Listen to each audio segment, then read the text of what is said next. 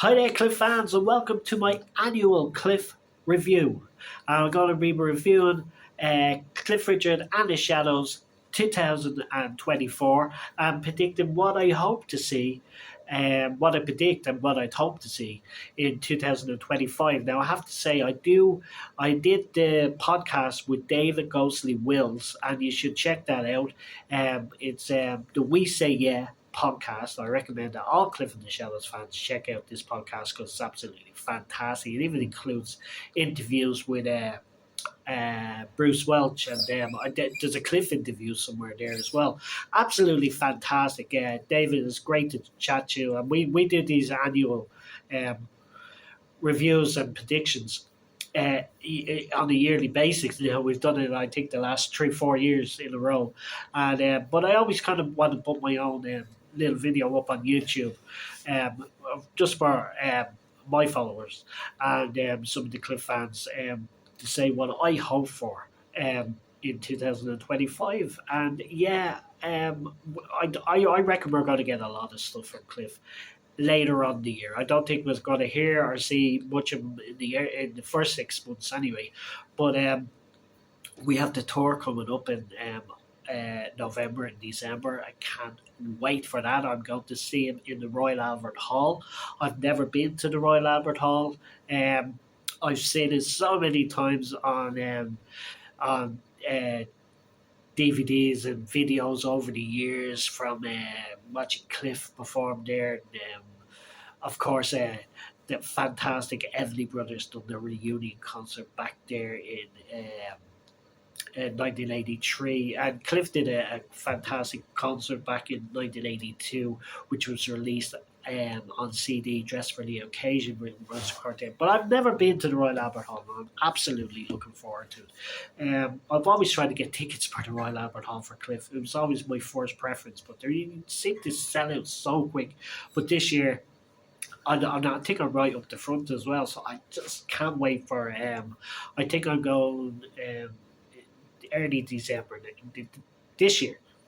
We can say this year now.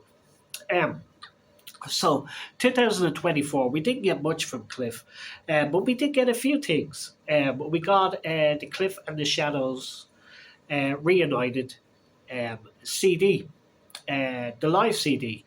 We've had the DVD for a long time. I absolutely love it. As I said before, it's the greatest concert I've ever been to. I've been to see Paul McCartney, Phil Collins, Elton John, Barry Gibb, Simon and Garfunkel, the Everly Brothers.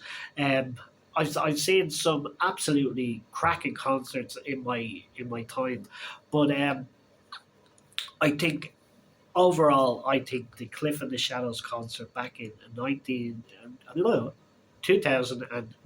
was the greatest concert I've ever been to. And I don't think anybody's ever going to beat that for me anyway, as a Cliff fan and a Shadows fan, of course, as well. So we got that on CD, absolutely fantastic. I've been playing that in the car non-stop. I absolutely love it. I especially love the tracks that weren't featured on the CD, the reunited CD. Sounds like High Class Baby and Dynamite. It sounds like that, All Shook Up as well, the acoustic version of All Shook Up. Hank's absolutely fantastic solo in the middle. Slightly different to the Palladium one from 78. Absolutely love it. It's in the same style as the 78 version, but I love that solo, it's a little bit different. Um, yeah, absolutely fantastic concert. Delighted to have it on CD. And we also got a Cliff in Berlin from 1970, I think, 70 or 71. And I think it's 70. And yeah, I had this on DVD. Well, I have it on DVD. I've had it for a number of years, but I never really paid too much attention to it, didn't watch it too much. There was a lot of interviews all dubbed or with subtitles coming up, and German speaking voiceovers, and so I didn't really pay too much attention to it, but I'm absolutely loving listening to it on Spotify. We didn't get a physical CD, unfortunately, would have been nice, but we have it the audio on Spotify, and I'm sure it's on other stream. I use Spotify, but absolutely fantastic.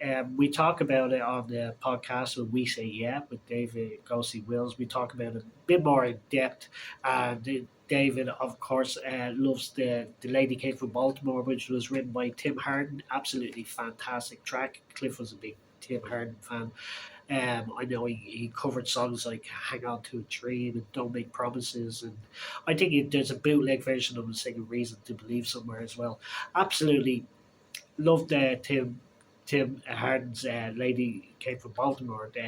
As I said, we talk about it a bit more on the podcast. Check it out. We say yeah, and but what I just realised afterwards, after I'd done the podcast, I meant to mention this because I don't know whether a lot of fans know this or some fans may know it, but some people probably don't know it.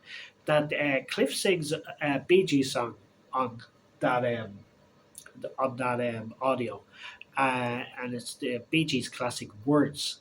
And I was watching an interview with Robin Gibb not too long ago, and he actually said that they wrote that for Cliff.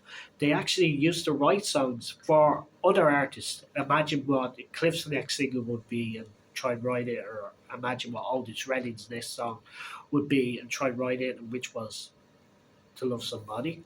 Um, and they tried to write all these songs. Let's write Roy Orbison next here. Let's write whoever, and but they wrote a song for Cliff, and they actually did try to get it to Cliff, but for some reason they didn't, and they recorded themselves, and it's an absolute classic, Words, and yeah, it's been covered by Elvis, of course, and the boy band in Ireland, Boyzone, um, had a number one for it in the early 90s as well, which we'll skip past that.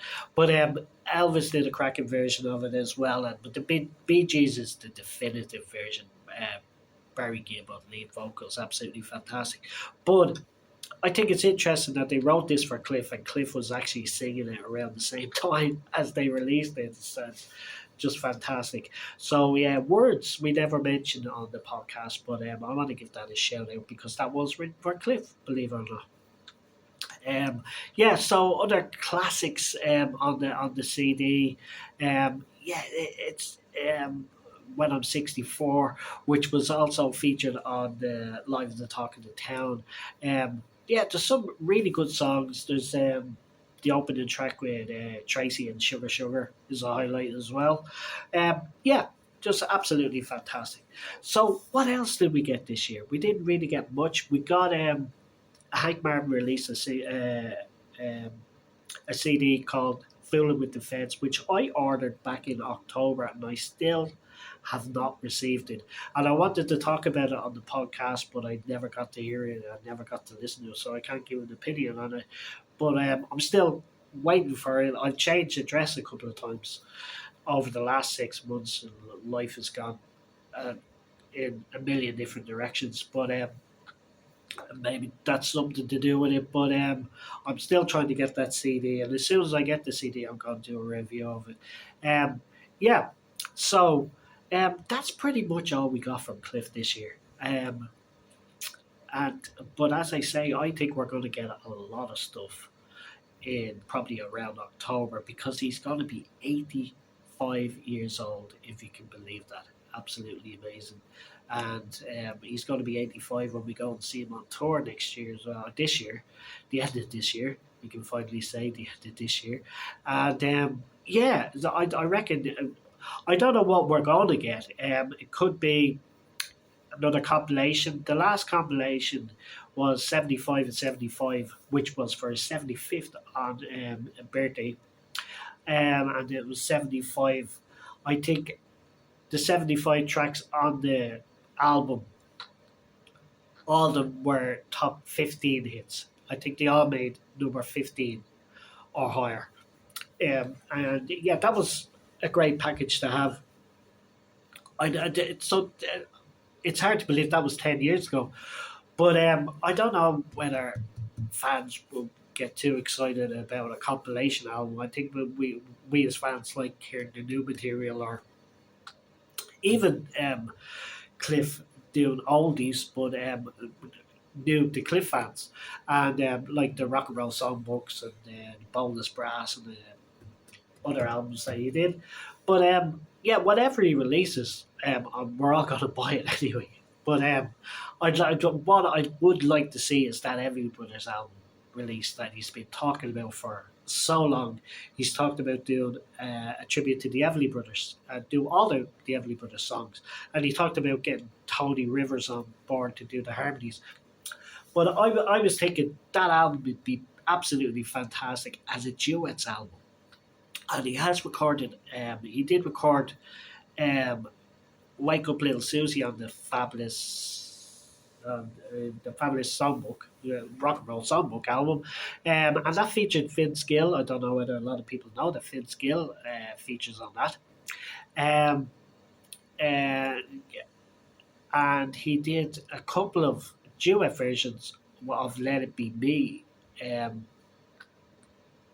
One with a fantastic version with Olivia Newton-John, which is I don't know whether it's unreleased or it's on one of her albums, but there's two tracks to start off the album, and I'd love him to get people like Paul McCartney, Barry Gibb.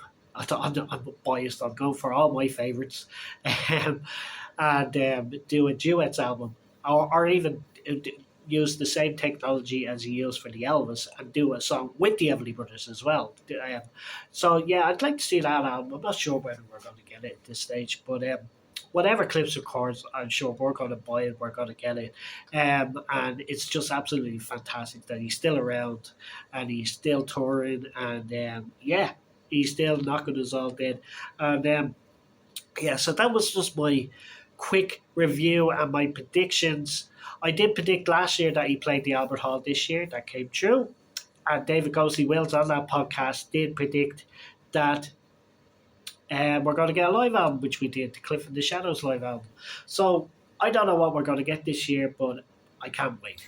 And so thank you for checking this out. If you have any predictions yourself, leave them in the comments below. Otherwise, thank you and bye.